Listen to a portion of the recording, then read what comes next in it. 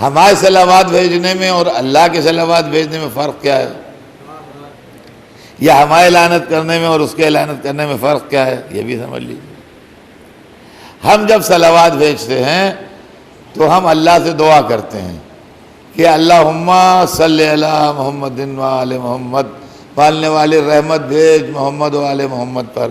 اور جب وہ صلوات بھیجتا ہے تو اس کا صلوات بھیجنا یہ ہے کہ وہ رحمت نازل کرتا ہے محمد و آل محمد پر، یہ ہے اس کا صلوات بھیجنا۔ وہ یہ کہتا نہیں ہے کہ اللہم صلی علی محمد و آل محمد، لیکن وہ کس سے کہے گا؟ تو اس کا رحمت بھیجنا اس کا صلوات بھیجنا ہے، اور اس کا رحمت کو دور کرنا اس کا لعنت بھیجنا ہے۔ تو عزیزان گرامی، جھوٹی روایتیں ہم نے اس لیے اہل بیت سے روایت لی کہ لعن اللہ امتن قتلت کا، ولعن اللہ امتن ظلمت کا، ولعن اللہ امتن سمیت بذالک فرضیت کا۔ ان پر بھی لعنت جنہوں نے آپ کو قتل کیا، ان پر بھی لعنت جنہوں نے آپ پر ظلم کیا، اور ان پر بھی لعنت جنہوں نے سنا اور راضی رہے، جنہوں نے سنا اور راضی رہے۔ اب پورا عالم اسلام ان تین میں سے ایک کیٹیگری میں آ گیا،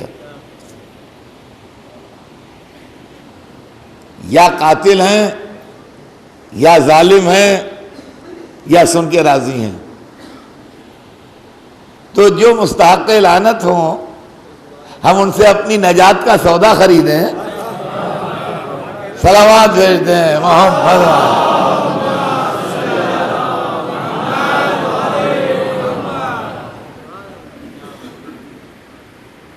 اور ہمارے پاس 1400 برس کے بعد جب ہم پیدا ہوئے، ہم نے ہوش سنبھالا، ہم نے 2 حرف پڑھے، ہم سمجھنے کے قابل ہوئے، تو کوئی ایسی چھلنی نہیں ہے جس میں چھان کے ہم ان کو الگ کریں کہ نہ یہ قاتلوں میں تھے، نہ یہ ظالموں میں تھے، نہ یہ سن کے راضی رہنے والوں میں تھے۔ تو اب یہاں سے وہاں تک معاملہ مکس ہو گیا، یہاں سے وہاں تک معاملہ مکس ہو گیا۔ ہو سکتا ہے کہ ہزاروں راویوں کے بیچ میں 2 4 10 20 ایسے بھی ہوں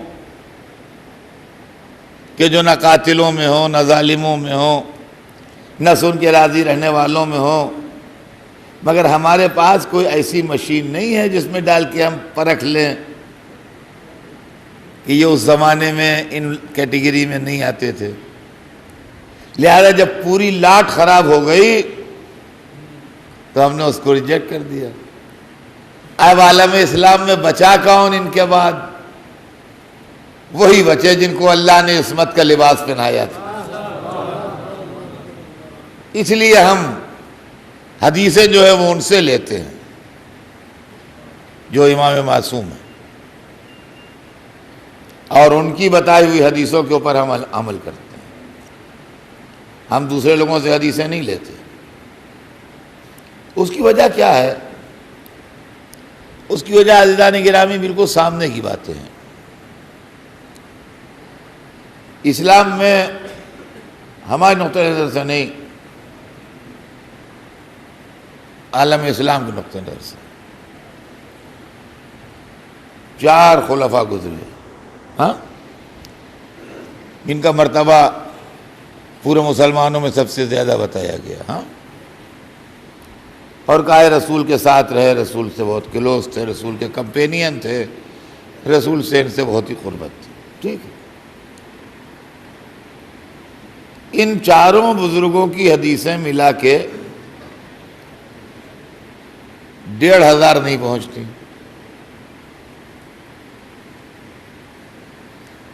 ٹوٹل 4 کی گرینڈ ٹوٹل 4 کی حدیثوں مرویات کا 1500 نہیں پہنچتا، 1400 کچھ پا کے ختم ہو جاتا ہے۔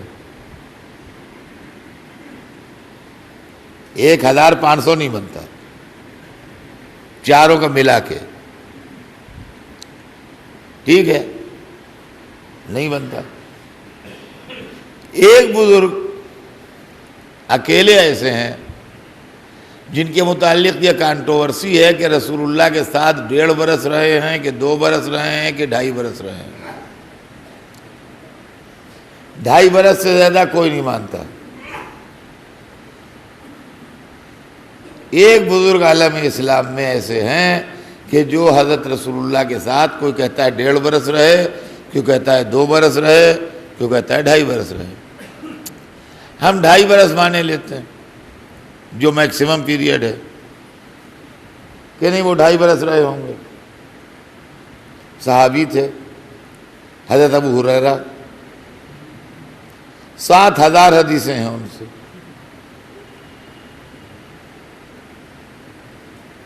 7,000 چاروں خلفاء مل کے 1,500 حدیثیں نہ دے سکے،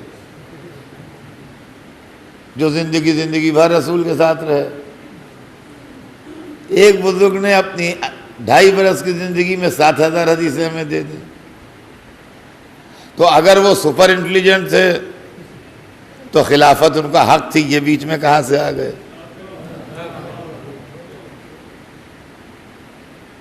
اور اگر اس کے اندر غلطیاں تھیں تو پھر ہم صحیح ڈھونڈنے کے لیے کہاں جائیں اور کس کے دروازے پر جائیں؟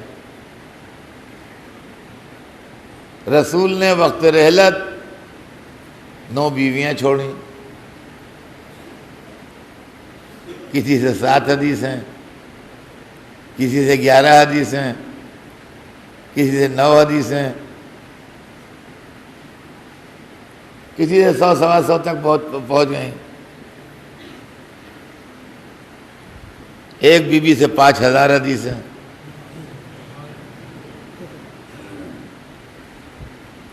اب بتائیے آپ کیسے چلے گا یہ معاملہ اس طریقے سے؟ مذہب ہے کہ کھلونا ہے کہ ہمارے ہاتھ میں موم کا گولا ہے کہ جس طرح چاہا جو شکل چاہی بنا لی اس کی، جب چاہا ایسا بنا لیا، جب چاہا ویسا بنا لیا؟ یہ تو نہیں چلے گا۔ اس لیے ہم نے حدیثوں کا سلسلہ صرف معصومین سے رکھا، اور سوائے معصومین کے ہم نے کسی سے حدیث نہیں لی۔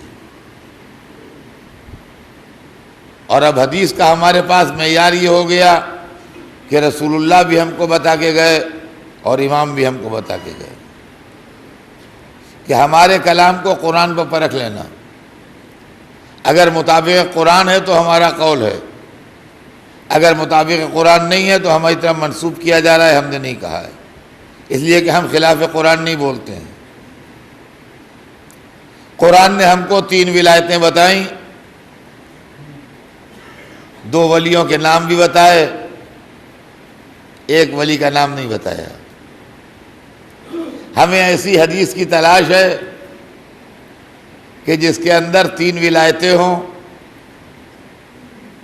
اللہ کا نام ہو، رسول کا نام ہو، اور اس کے بعد تیسرے ولی کا نام ہو، تاکہ قرآن کی آیت کی توضیح ہو سکے۔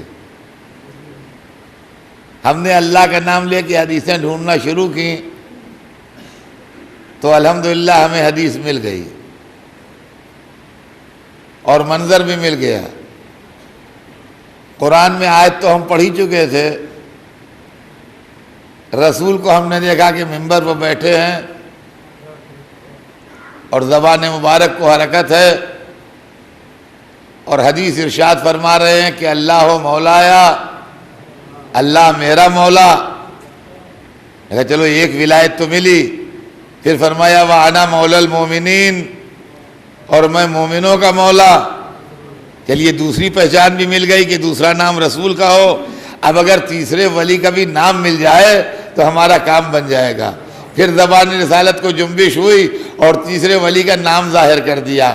ہم نے قرآن کی آیت سے حدیث کو ملا کے دیکھا اور دونوں کو کلیجے سے لگا کے ہدایت پائی۔ فرمایا من کنتو مولا ہو فہذا علی مولا۔ صلوات